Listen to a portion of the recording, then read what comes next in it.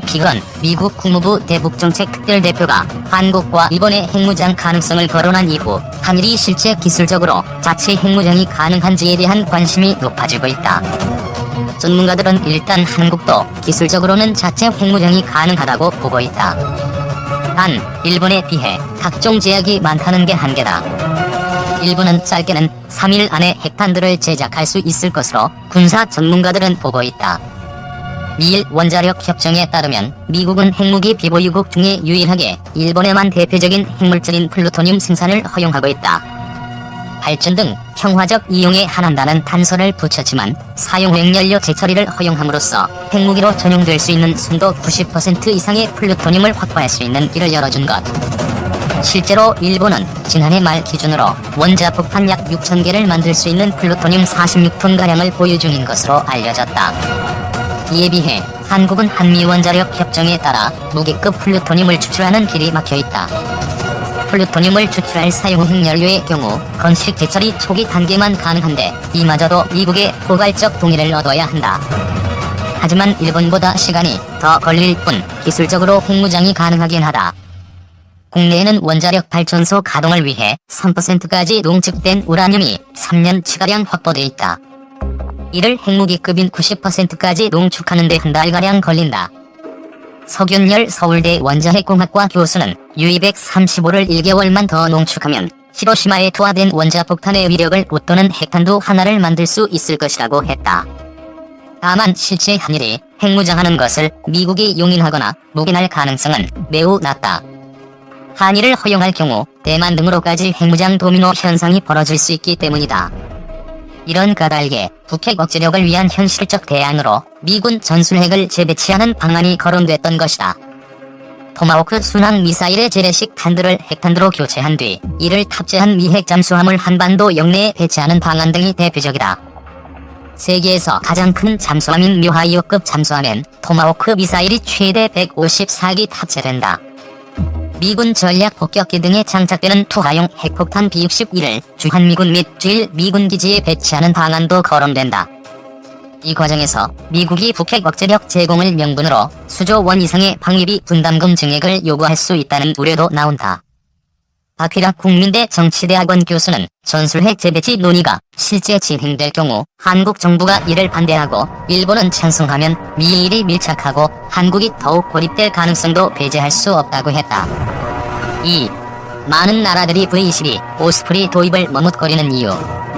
V-22 오스프리 수직이 착륙기는 미국 보잉사와 벨사가 개발한 차세대 틸트로터 수송기로 여기서 오스프리라는 애칭은 내목 수립과 조류 오스프리에서 따온 말입니다. 1983년부터 개발에 들어간 V-22 오스프리 수직의 착륙기의 시제기가 5년이라는 빠른 기간에 완성되었고 개발 과정 중 잦은 추락사고 등의 문제가 있었지만 추가적인 기술적 연구가 이루어지다 보니 2007년 V-22 오스프리 수직의 착륙기 양산을 이루게 되었습니다. V-22 오스프리가 특별한 이유는 로터 블레이드의 회전축과 면을 직접 기울여 수직 상태에서는 헬기처럼 수직이 착륙을 하고 수평 상태에서는 고정익기처럼 고속 비행을 할 수 있도록 만든 틸트로터 추진 방식이기 때문입니다. 사실 헬기의 고속 비행은 기술적으로 어려움이 많지만 V-22 오스프리는 고정익기처럼 비행하게 되면 순항 속도와 최고 속도 모두 일반 헬기에 비해 월등히 빠릅니다. 뿐만 아니라 일반 헬기는 평소 저고도에서 임무를 수행하기 때문에 애초에 수만 피트 고도로 올라가도록 제작되지 않는 경우가 많지만 V-22 오스프리는 최대 상승 고도가 일반 헬기보다 약 3,000m 더 높은 7,620m까지 올라갑니다. 또한 일반 헬기보다 소음이 적어 은위성이 요구되는 군사작전에 운용되는 경우도 많습니다. 이렇게 좋은 성능 덕분에 미 해병대는 아메리카급 상급 상륙함에서 운영하며 미 공군은 특수전용으로 미 해군은 각종 수송 임무와 항공모함에서 운영하며 공중급유기로도 운용하려는 계획을 가지고 있습니다. 그리고 이미 FA-18과 공중급유 실험에 성공하였습니다. 또한 미 대통령을 경호하는 제1 헬리콥터 비행중대 마린 1에도 배치되어 임무를 수행 중입니다. 그리고 V-22 오스프리는 2007년에 시도대가 이라크에 배치되어 처음으로 실전에 투입되었으며 이라크와 아프가니스탄에서 18만 시간 비행을 통해 신뢰성까지 입증하였습니다. 하지만 미 해병대, 미 공군, 미 해군도 V-22 오스프리를 운영하지만 미육군만 V-22 오스프리 도입을 하지 않고 있습니다. 미육군은 1980년대 AH-64 아파치 헬기 도입 이후 30여 년간 새 모델을 구입하지 않았고 있는 상황이지만 V-22 오스프리는 다른 헬기에 비해 부족한 탑재량과 미육군 특성상 운영하기 어렵다고 판단하고 2030년 도입을 목표로 차세대 스텔스 헬기 개발에 나서고 있습니다. 이처럼 많은 장점을 가진 V-22 오스프리를 두고 미육군처럼 많은 나라들이 도입을 포기하거나 고민을 하고 있습니다.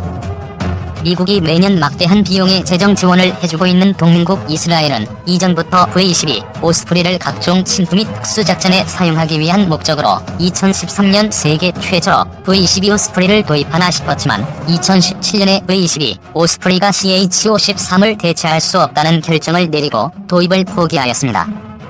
그리고 이스라엘은 2025년 노후한 CH-53을 대체할 다른 잠재적 후보에는 시코르스키의 신형 CH-53K와 보잉 CH-47 치누크를 올려놓은 상황입니다. 1940년대부터 미국과 특별한 관계를 유지하고 있는 영국은 영국 대군은 SH-3 시킨 헬기 기반의 조기경보 헬기를 대체하기 위해 V-22 오스프리 도입을 진지하게 고민했지만 영국 국방비가 대규모로 삭감되고 영국 군 전체가 감축하게 되면서 도입을 포기하였습니다. 중동 부자 나라인 아랍에미리트는 2011년 오디세이 새벽 작전에서 미 해군이 V-22 오스프리를 운영하는 것을 보고 도입을 추진하였지만 시간만 끌다가 없던 일이 되었습니다. 그리고 사실 우리나라도 참수작전 등의 특수전이나 해병대의 상륙전을 고려하면 육군과 해군, 해병대에서 운영할 수가 있는 V-22 오스프리의 도입을 검토했었습니다. 그리고 독도함과 마라도함에서 V-22 오스프리를 운영하는 모습을 볼 수 있을 것 같았습니다. 하지만 특수부대 침투용으로는 이미 많은 수송기와 수송 헬기 등이 준비되어 있으며 다른 경쟁 기종들에 비해 가격이 너무 비싸다는 이유로 아직까지 도입 계획은 없는 상황입니다. 2015 한미 연합 상륙훈련에 참가한 미 해병대 소속 V-22 오스프리가 독도함 비행갑판에 이착함 훈련하는 실시하기도 했었지만 독도함 경납고의 높이는 5.5m로 H-53 계열 헬기나 V-22 계열 틸트로터기의 내부 탑재는 불가능합니다. 독도함 내부에는 공기부 양정과 공기부 양정에 탑재하는 차량 그리고 수륙양용 장갑차만 들어가도 꽉 차는 구조입니다.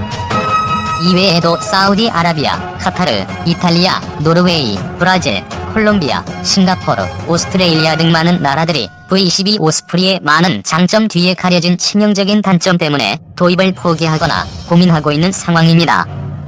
하지만 용감하게 V-22 오스프리를 외국군으로서 최초로 도입한 나라가 있으니 바로 일본입니다. 일본은 2015년 중국과 영유권 분쟁을 벌여온 센카구 열도 등 원거리 투소가 점령당했을 때 긴급 대응부대에 투입해 V-22 오스프리를 사용한다는 계획을 갖고 도입 반대 여론에도 불구하고 2018년까지 미 해병대와 동일한 V-22B 오스프리 블록시형 17대를 $30에 도입하기로 결정하였습니다. 그리고 작년 1호기가 비행시험을 시작하였습니다. 하지만 많은 나라들이 V-22 오스프리 도입을 주저하는 이유는 일단 동급 헬리콥터보다 훨씬 비쌉니다. 일본은 V-22 오스프리 구매를 위해 돌려진 예산 덕분에 육상자위대의 공격 헬기 AH-1S의 퇴역이 진행 중이지만 2025년까지 공격 헬기 도입 예산이 한 푼도 없는 상황입니다. V-22 오스프리는 다른 일반 헬기에 비해 가격이 약 2배 정도 비쌉니다. 또한 헬기의 가장 장점이자 중요한 탑재량이 적은 편입니다. CH-47은 3750마력 엔진 2대를 탑재하였지만 적재량 12700kg을 자랑하지만 V-22 오스프리는 6150마력 엔진을 2대 탑재했음에도 불구하고 적재량 9070kg에 불과합니다. 가격 탑재량에서 50년이 지난 CH-47이 더 뛰어납니다. 덕분에 CH-47 헬기는 현재까지 1100여 대가 생산되어 미국과 우리나라를 포함해 16개국에서 아직도 운영하고 있습니다. 3. 해외 군사 전문가들이 한국군을 극찬하는 이유 10가지. 미국의 군사 전문가들은 한국군에 대해 고성능 미사일과 최신의 항공기, 군함 등을 자체 생산하는 등 기술적으로 북한의 군사적 위협에 대응할 수준으로 성장했다고 평가하였습니다. 대만에서는 한국의 군사력을 과소평가해서는 안 된다라는 제목의 기사가 올라오기도 했었는데 그 기사를 살펴보면 한국 해군은 해상 자위대에 비해 전력이 크게 뒤떨어졌지만 최근에는 그 힘을 급격하게 높였으며 일본을 따라잡는 건 시간 문제다라는 내용도 실려 있었습니다. 이처럼 한국군은 국내 평가에 비해 해외에서는 호평을 받고 있습니다. 그래서 오늘은 해외 군사 전문가들이 한국군을 극찬하는 이유 10가지를 소개하겠습니다. 1. 세계 최고의 자주포 기술을 보유한 나라. 국산 K9 자주포의 누적 수출액은 벌써 1조 6천억 원을 돌파했습니다. 이는 최상 무기체계로는 국내 최고 기록입니다. 국내에서는 여러가지 사건 사고로 인해 온갖 흠집이 나고 있지만 K9 자주포는 벌써 1000대 이상 실전 배치됐습니다. 그리고 해외에서도 꾸준히 K9 자주포를 찾고 있으며 해외 군사 전문가들은 K9는 기포, 지형 조건을 불문하고 탁월한 성능을 보여준다며 극찬을 하고 있습니다. 2. 세계 5대 공군력을 보유한 나라. 대한민국의 공군력은 일본이나 중국, 인도 같은 국가에 비하면 부족한 수준이지만 아시아에 있는 웬만한 나라의 항공기들을 전부 다 상대할 정도로 강력하다고 평가받고 있습니다. 또한 필체인 핵심 전력인 F-35E 스텔스 전투기와 막강한 정찰 능력을 자랑하는 글로벌 호크 전투기 작전 반경 확 늘려줄 공중급 유기까지 갖춰질 예정입니다. 3. 1500 이상의 3세대 전차를 보유한 나라. 우리나라는 미국, 러시아, 중국, 인도를 이어 3세대 전차를 가장 많이 보유하고 있는 나라입니다. 영국, 프랑스, 독일의 보유 수량을 모두 합친 것보다 2배 이상 많습니다. 대부분의 국가들은 자체적인 전차 개발 기술이 없어 수입을 하는 상황이지만 한국군은 3세대급 이상의 전차를 개발할 수 있는 전차 개발 강국 중 하나입니다. 4. 미국 다음으로 가장 강력한 해병대를 보유한 나라. 미국의 군사 전문가는 한국 해병대에 대해 한국 해병대의 역사는 세계 해병대의 역사에서 볼 때 매우 짧은 편이지만 한국 해병대는 진짜 독종이며 강력한 군대이며 지난 50년간 한국 해병대가 이룩한 바에 필적할 군대를 키워낸 나라는 없었다 고 평가하였습니다. 5. 10년 안에 최신의 전투함대를 건조할 수 있는 나라.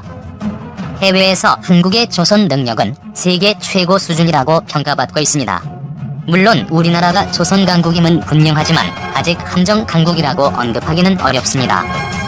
그러나 많은 군사 전문가들은 어느 정도의 시간이 지나면 한국은 최신의 전투함대를 건조할 능력이 충분하다고 말합니다. 그리고 현재 우리 해군은 2016년 미국 해군에서 도입했었던 마지막 함정 평택함을 퇴역시키면서 100% 우리 기술로 건조된 함정들을 운영하고 있습니다. 6. 미국의 항공모함도 격침시키는 잠수함대를 보유한 나라. 짝수해 여름 하와이에서는 미 해군이 주도하는 세계 최대의 해상기동 훈련 림팩이 펼쳐집니다. 림팩 훈련 참가국들은 두 편으로 나뉘어져 20여일간 실전을 방불케 하는 가상 해전을 벌입니다. 이 림팩 훈련에서 우리나라 209급 잠수함은 스타 잠수함입니다. 1998년 이 종모함은 황군 세력 중 유일하게 단 한 건의 장비 고장도 없었고 미 해군의 원자력 잠수함 등 총 13척 15만 톤을 격침했습니다. 2000년 림팩에서 파괴함은 당시 훈련 참가 잠수함 중 가장 작은 잠수함이었지만 황군 잠수함 중 혼자 살아남았고 미 해군 헬기 항모를 비롯해 11척을 격침했습니다. 파괴함은 이런 성과로 스몰 폿 베스트라는 칭송을 받았습니다.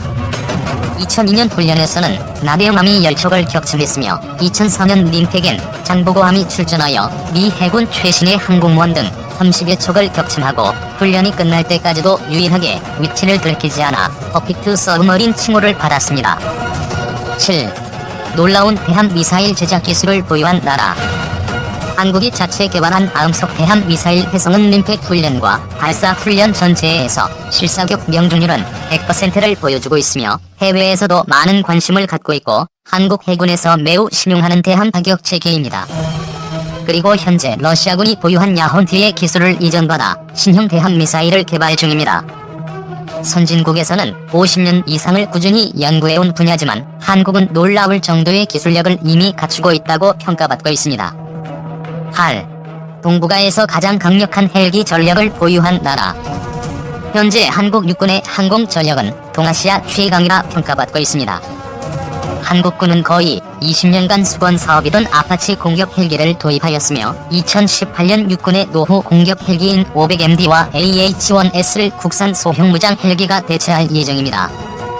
그리고 2020년 즈음에 한국군 공격 헬기 전력은 미국과 버금가는 전력 수준이 될 수도 있을 것으로 예상됩니다. 9. 고성능 전투기를 많이 보유한 나라. 한국 공군은 아시아에서 약 3위에 해당하는 막강한 공군 전력을 가지고 있습니다. 세계에서 스텔스기를 제외하면 가장 뛰어난 성능을 가졌다고 알려진 F-15 전투기를 한국 공군의 입맛에 맞게 개량하여 생산된 F-15K를 60대 보유하고 있으며 5세대 스텔스 멀티롤 전투기 F-35E 전투기를 도입할 예정입니다. 10. 유해공 밸런스를 완벽하게 갖춘 나라.